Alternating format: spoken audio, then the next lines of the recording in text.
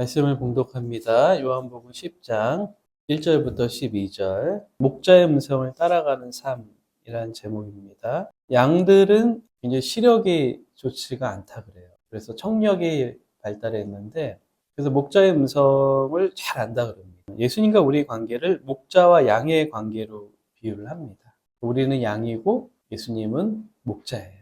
우리가 예수님의 음성을 잃어버리면 우리는 길을 잃게 돼요. 양에게 길을 잃는다는 것은 곧 죽음을 의미합니다. 늘 이리떼들이 양을 노리고 있기 때문에 우리는 한 해 동안 누구의 음성에 귀를 기울이며 살았습니까? 비난하는 사람의 음성에 귀를 기울였나요? 아니면은 내 내면에 불안한 음성에 귀를 기울였나요? 세상의 소리에 귀를 기울였나요? 아니면 주님의 음성에 귀를 기울였나요? 우리는 살아가면서 누군가의 음성에 귀를 기울이며 살아갑니다. 완전히 귀를 닫은 채 살지 않아요.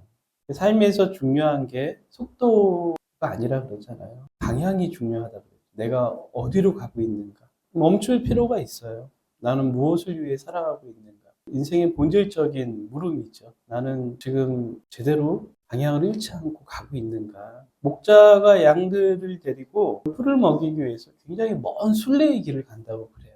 근데 양이 목자의 음성을 한순간 놓치면은 그 양은 길을 잃고 혼자 떨어져 나가게 돼요.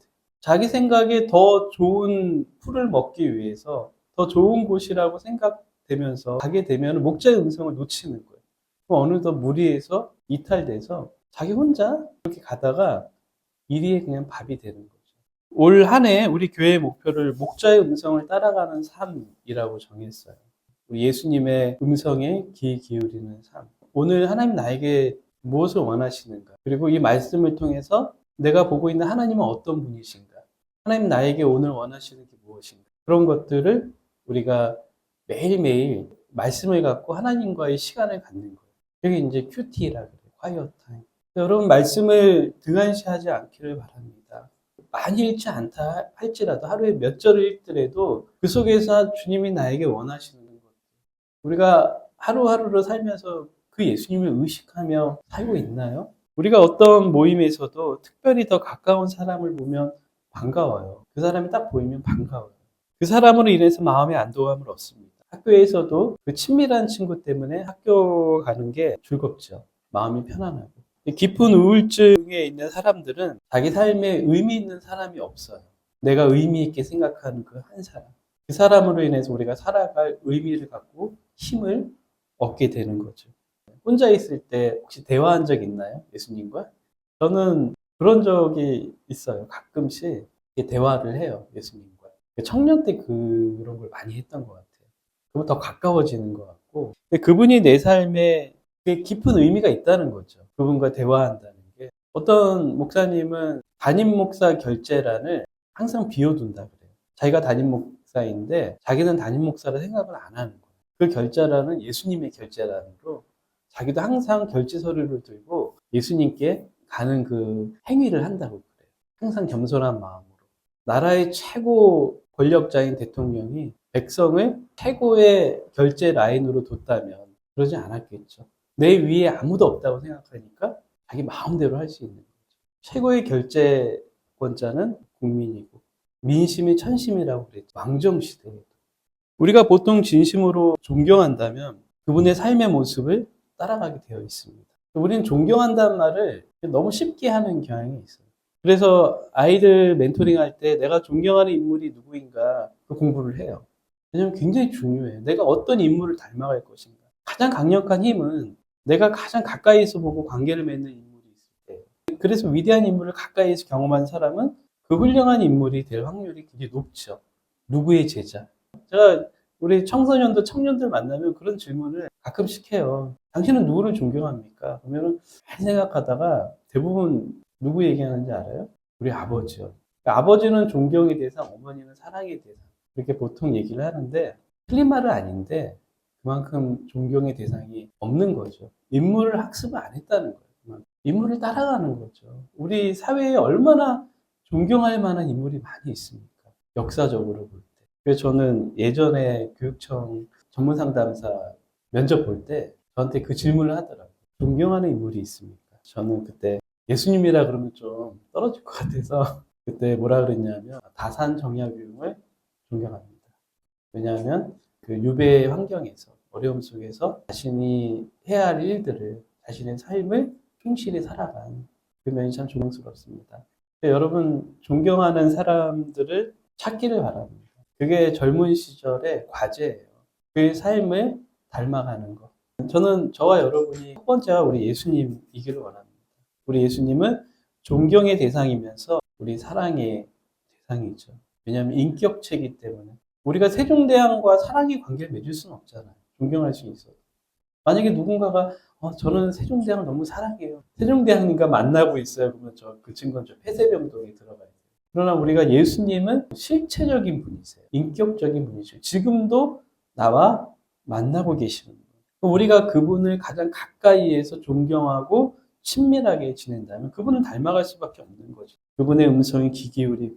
그것이 해야만 되는 일일 수도 있는데 하고 싶은 일이 될 수도 있어요. 그런 거를 참 찾기가 어렵죠, 사실. 하고 싶은 일이 해야만 되는 일이 된다는 거. 근데 그게 우리 삶에 안정감을 줘요. 그분의 음성을 듣는 거. 아기들도 엄마의 목소리가 계속 들려야지 안정감을 찾잖아요. 우리가 주님의 음성을 듣는다는 것은 그 안정감을 넘어서 기쁨과 즐거움을 줍니다. 그 존재만으로. 뭔가를 해서가 아니라 함께 있음으로 인해서 즐거움과 기쁨을 얻듯이 그것이 주님과 나와의 관계이죠. 예수님은 자신을 오늘 본문에 보면 양의 문이라고 얘기해요. 기독교의 가장 본질적인 진리죠. 양의 문이라는 것이 의미하는 게 양이 그 문으로 들어가야 사는 거예요. 그 문은 바로 예수님이라는 거예요. 그 문은 구원의 문이에요. 오직 예수님을 통해서만 구원이 있는 거예요. 예수님이 오직 인생에서 구원을 주시는 유일하신 분이라는 거예요. 우리가 육의 생명은 있어도 영의 생명은 없어요. 오직 예수님을 믿는 믿음으로만 형성이 되는 거예요. 저는 군 상담관을 하면서 자살 위기에 있는 군인들의 생명을 조금 지연시키거나 너무 불행감에 붙들려 있는 아이들을 조금 덜 불행하도록 도울 수는 있어요. 아이들이 그런 얘기를 많이 해요. 이거 소용 있나요? 전 미치겠어요. 저는 힘들어 미치겠어요. 죽을 것 같아요. 그러면 이제 그 친구들에게 그런 얘기를 합니다. 네가 여기서 상담을 하거나 약을 먹는다고 갑자기 이렇게 힘들던 친구가 좀 평안해지거나 행복해지지는 않는다. 그러나 나는 네가 지금보다 조금 덜 고통스러웠으면 좋겠다. 근데 아이들은 극적인 거를 생각하죠. 완전히 고통스럽지 않은. 그러려면은 집에 가야 되지 않아. 당장 집에 뛰쳐가야 되잖아. 그렇지 않아도 세상에서도 불행했던 친구들인데 여기서 얼마나 고통스러워요. 그럼 아이들이 좀 생각이 달라지는 아이들이 있어요. 아, 내가 여기서 이렇게 하는 게 좀 덜 고통스럽기 위한 거구나. 그래서 어떤 친구들은 자기 나름대로 덜 고통스럽기 위해서 다른 것으로 이제 전환을 하는 거죠. 지금 현재적 고통을 잊기 위해서 자기 뇌를 속이는 거죠. 푸시업을 하기도 하고, 걷기도 하고. 근데 그런 친구들은 이제 조금 덜 고통스러운 시간들을 보내요. 때로는 저라는 존재와 대화를 하면서 그 고통을 조금 덜 느끼는 친구들도 있어요. 그런데 제가 그 아이들에게 할 수 없는 게 있어요.